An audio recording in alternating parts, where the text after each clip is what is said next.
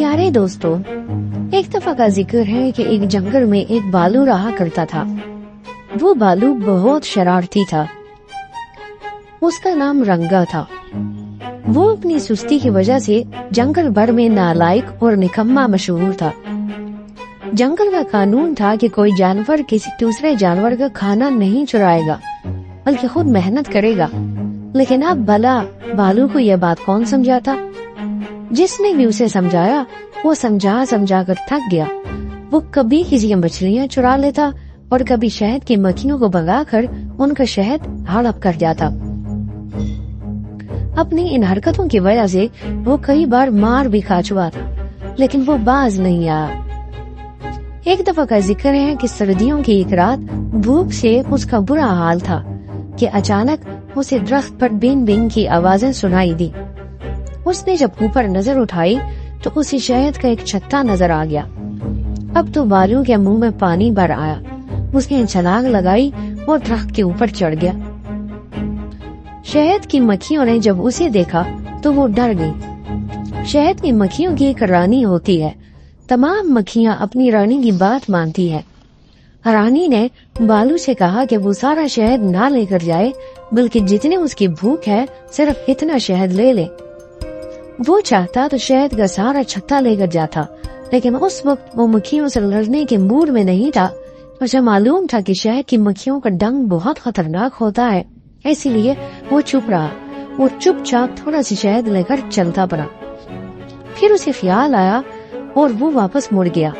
उसने चालाकी से कहा, मैं एक शर्त पर ऐसा करूँगा, मुझे जब भी भूख लगेगी मुझे शहद तुम लोग दे दिया करोगे। रानी ने उस वक्त छत्ता बनाने के लिए हामी भरी, लेकिन बाद में रानी को अंदाजा हुआ कि रंगा उसकी मेहनत मुफ्त में हड़प करना चाहता है। कुछ दिन तक यूं ही होता रहा। भालू रंगा ने एक बड़ा मर्तबान चुरा लिया था।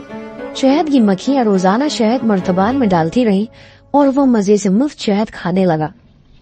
मुफ्त का खाने में उसे बहुत मजा आने लगा था।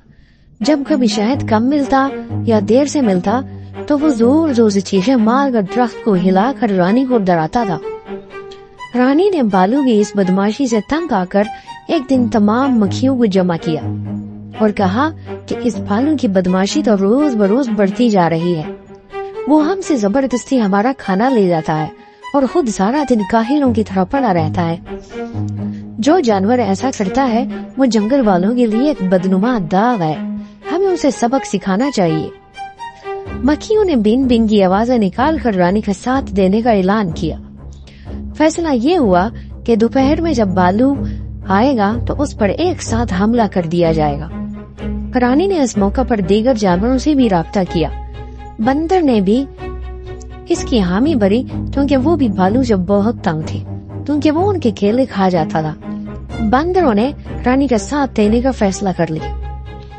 दोपहर के वक्त जब भालू शहद मिलने का इंतजार कर रहा था, उसे एक मक्खी भी शहद लेकर नहीं आई। उसे बहुत गुस्सा आने लगा। वो गुस्से से चीखा जैसे आज वो दरख्त को गिरा ही देगा। अचानक उसे एक मक्खी आती दिखाई दी। भालू उसे बुरा भला कहने लगा, मैं तुम सबको रानी समेत मार डालूंगा, मेरा शहद कहाँ है? वो कहने लगी, अब बहुत हो चुका भालू, तुम्हें इस बदमाशी से अब बाज आना होगा। तुम्हारी ये जुर्रत कि मुझे समझाऊं, मैं तुम्हें अभी बताता हूँ। कहाँ हो तुम? सामने आओ डरपोक रानी। अभी उसने ये कहा ही था कि उसे बहुत सारी शहद की मक्खियों का शोर सुनाई दिया। उफ, ये क्या करने लगे हैं? वो कहते हुए पीछे हटने लगा तो उसका पैर फिसला और वो दरख्त से नीचे गिर गया। शहद की मक्खियों ने उसी वक्त उस पर हमला कर दिया। उफ, मैं मर गया, आइंदा नहीं करूँगा, कोई बचाओ, मुझे कोई बचाओ, वो भालू चीखते हुए बोला। लेकिन अब कोई बचाने वाला नहीं था। दूसरी तरफ बंदरों ने भी नारियल तोड़ तोड़ कर उसके मुंह पे मारना शुरू कर दिए थे। नारियल भालू को लगे, जिससे उसका सर फट गया और वो दर्द से कराहते हुए भाग निकला। ऐसा भागा कि वो कभी फिर जंगल में नजर न आया। पता नहीं वो कहाँ गया।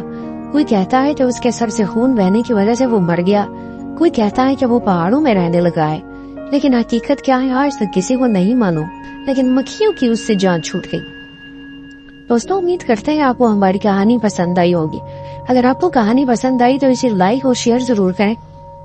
اور اگر آپ نے آج ابھی تک ہمارا چینل سبسکرائب نہیں کیا تو اس طرح کی مزید اچھی کہانیاں سننے کے لیے ہمارے چینل کو سبسکرائب کریں. ملتے ہیں ایک اور اچھی کہانی کے ساتھ، تب تک کے لیے اپنا خیال رکھیے. اللہ حافظ.